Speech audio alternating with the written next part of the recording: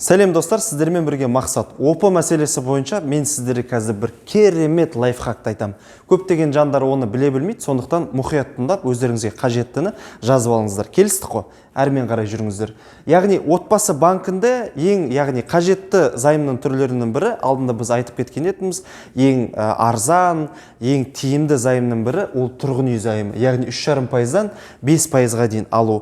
Тұрғын үй займын алу үшін, яғни кемінде 3 жыл жинақ жинау керек, кем дегенде 50%-ын жинау керек, минималды ОП-ны 16-ға жеткізу керек. Енді біздің жалпы Қазақстанда көптеген жандар ойлайды, отбасы банкінде, яғни жилстройда міндетті түрде 50-50, яғни 50%-ын жинасан, 50%-ын аласың. Болды, қатқан дүние деп ойлайды. Енді достар, осы жерде сіздерге бір айта кететін дүние, дәл осы тұрғын үй займында міндетті түрде сізді 50-50 алу шарт емес.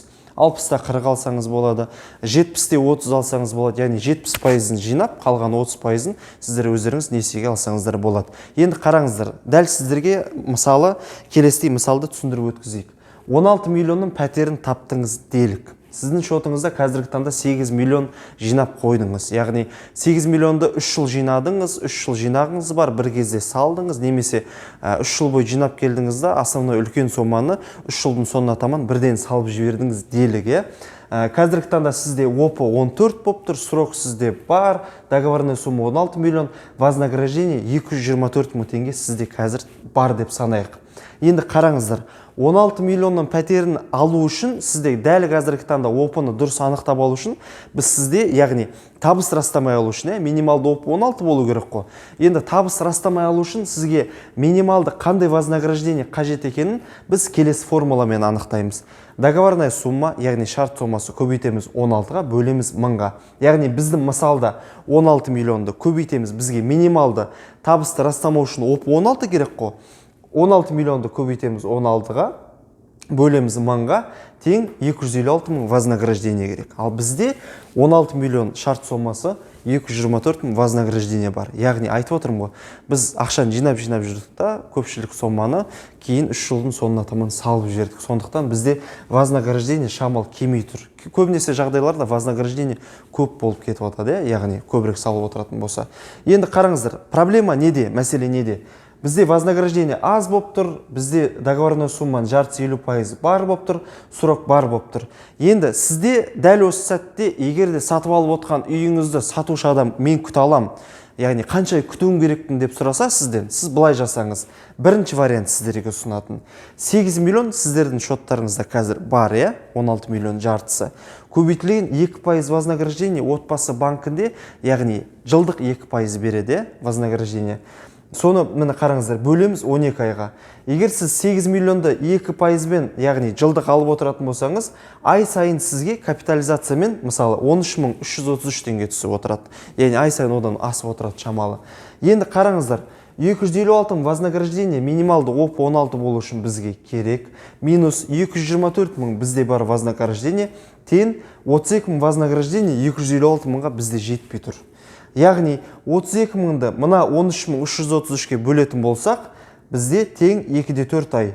Яғни 224 мыңды 256 мыңға бізге жеткізу үшін кемінде депозитімізді тағы да 3 ай ұстай тұруымыз қажет. Сатып алатын адамға айту керек та, сен шамал сабыр сақтай тұра тұр. Мінекей, мен де қазіргі таңда мысалға да мен табысымды растамай алғым кеп тұр. Сен 3 ай күте тұр шамалы. 3 ай күте тұрсаң, менде қажетті вознаграждение жиналады. Сол кезде екеуміз келісіп пәтерді, яғни отбасы банк арқылы рәсімдеймін деп келіссеңіздер болады.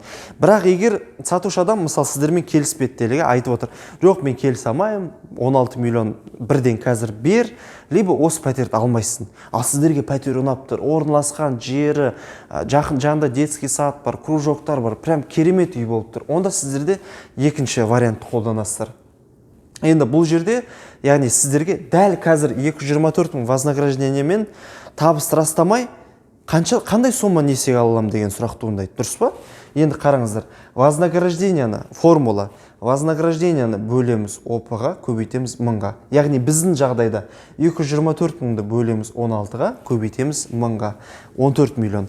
Яғни 224 мың вознаграждениемен біз 14 миллионның пәтерін табыс растамай алсақ болады. Түсіндіңіз ғой? Енді бұл жерде сіз қалай жасайсыз? Енді айтып отырмын ғой, сізге пәтер қатты ұнап қалып тұрса, онда ар жағындағы 2 миллионды жалпы өзіңіз тауып, бағанағы сатушыға қолма-қол 2 миллионды бересіз да, 14 миллионды табысты растамай отбасы банкі арқылы рәсімдейсіз. Көрдіңіз ба? Дәл осы мәселені мысалы көпшілік қазіргі таңда біле білмейді. Олар ойлайды, міндетті түрде, егер мен договорной суммам 16 миллион болса, мен міндетті түрде, яғни осы договорной суммама пара-пар сәйкес ОП-16 болғанын күтіп жүруім керекпін. Менде сұрақ бар, бірақ ОП-16-ны күтуім керекпін деп бағана пәтерден айырылып қалып отырады. Қажеті қанша?